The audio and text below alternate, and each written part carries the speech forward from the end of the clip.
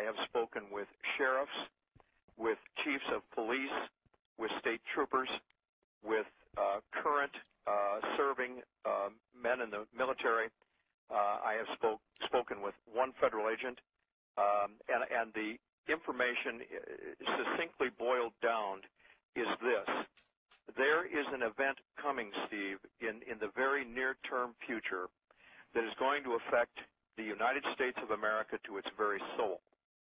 That what is being planned, as you and I are on the air tonight, and what has been coming together into that old term, the perfect storm, is literally brewing right over our heads. And it comes down into two or three parts, but it's basically and succinctly, again, this. There is an effort being made right now to bring together the armed forces of this nation in preparation for responding to and acting against the interests, as I see them, of our citizens. It is and includes military maneuvers in the United States, military actions that are forthcoming, and that will be so deep and so penetrating that the United States will never be the same, in my view.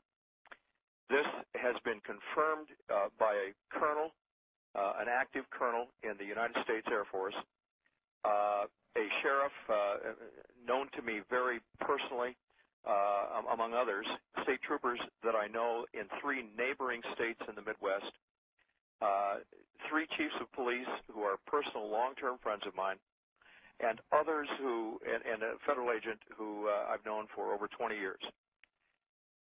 What is going to happen, Steve, is that as the economic situation in this country dovetails right into the ditch, and the country responds by pouring billions and trillions after the billions and trillions that have already been committed. The FDIC is crumbling.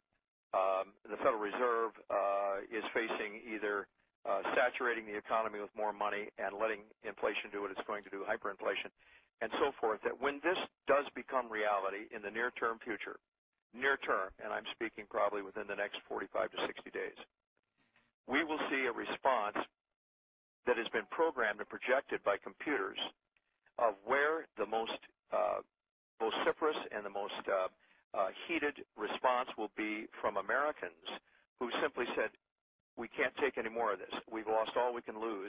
I'm going to defend what I have left. And the armed forces are being prompted to respond to this, not just simply in pacification, not going out there and being visible, not rolling their convoys through communities and states, but actually taking action against those areas targeted that are already targeted and were set up for targeting by the 2009 census, so-called census, which was nothing more than acquiring targets for targeting computers so that individuals, even communities, but certainly areas where the government fears the greatest response from the people when the collapse of what is left of our great republic occurs. And the armed forces, Steve, have been faced with a tremendous challenge, an almost unthinkable mission to plan for, and that is fighting against American citizens. Now, there are many out there who might be inclined to say, well, yeah, that's hypothetical, but do you really think it's going to happen? I've even had a couple of folks who I really think a lot of, and still do, but they just genuinely disagree because they said once that begins, that the casualties will be so enormous, and even within the law enforcement and military community, because the response will be heavy from the American citizens as well, that this is a formula for unmitigated disaster. And I've said, yes, I do believe it's possible. Yes, I do believe it's coming. And yes, the government, its last-ditch position, regardless of what happens in Copenhagen, regardless of what happens at the United Nations, regardless of what happens in the bowels of that whorehouse in Washington called the Capitol, regardless of what happens anywhere there, Steve, it boils down to this. The American people have reached saturation. It's been long and it's been difficult You at the top of the list, Steve, and others, of course, have been diligent, have been absolutely prophetic, and have been absolutely correct in your continuing many multi-year assessment of what's been going on. And I can't give you enough credit, if that's the right word, but certainly perseverance and courage for doing what you needed to do, even in the face of personal danger. I am so grateful that you've done that, and to others as well. But what it comes down to now is, and I'm going to take just a break here, but it comes down to the American people you're hearing the last clarion call, the last opportunity, the last expose, if you will. Maybe not in terms of all of this, but we're confining this tonight to what is out there on the planning boards for this nation. And it's coming as a result of the failure of government to protect its borders, the failure of government to protect the American people from gangsters and corrupt politicians that have literally raped this nation from the inside out and the outside in. There's nothing left of this nation, folks, that even resembles what my father fought for in World War II. It has nothing to do with the nation that Steve and I have grown up through in the 1950s and 60s, and that many of you have seen. Our republic is gone, and it's gone as the result of the actions of people who have conspired to take it from us. And because we're sitting in a socialist/communist nation that would rather be politically correct when it comes to any issue, you name it, they would rather do that than face the truth. They would rather do that than be honest with the American public. They would rather do that than serve the nation's interests and get this country back on its feet. They would rather sell it out.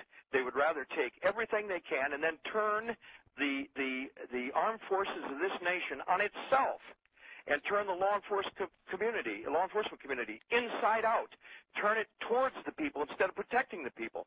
Steve, this is an outrage that has been unmatched throughout human history, except for a few times where a nation with the splendor that God blessed us with has seen it disappear, evaporate before our eyes, because the Holy Spirit of God has said, all right, if this is what you want, you can have it. You can have abortion by the millions. You can have pornography until you just can't get enough of it. You can go ahead and take the Islamic extremist into this country and try and excuse their theology for something akin to Christianity. And they're doing it on a daily basis. And as a result of that, you have the armed forces and the law enforcement network of this nation poised, being readied every single moment to react when that flashpoint occurs, wherever it is. I can tell you, Steve, 24 states have said that they will gather with me and others in a last-ditch effort to set up a leadership council that can say, wait just a minute, if this goes this way, what are we going to do? How are we going to react? What is our position going to be? How can we possibly bring this around so that people who have been doing everything possible to protect their families and to protect their homes and to protect themselves have some glimmer of hope that when that moment comes, and I pray to God that these men and women in uniform, whether it's military or in the law enforcement community, will stop.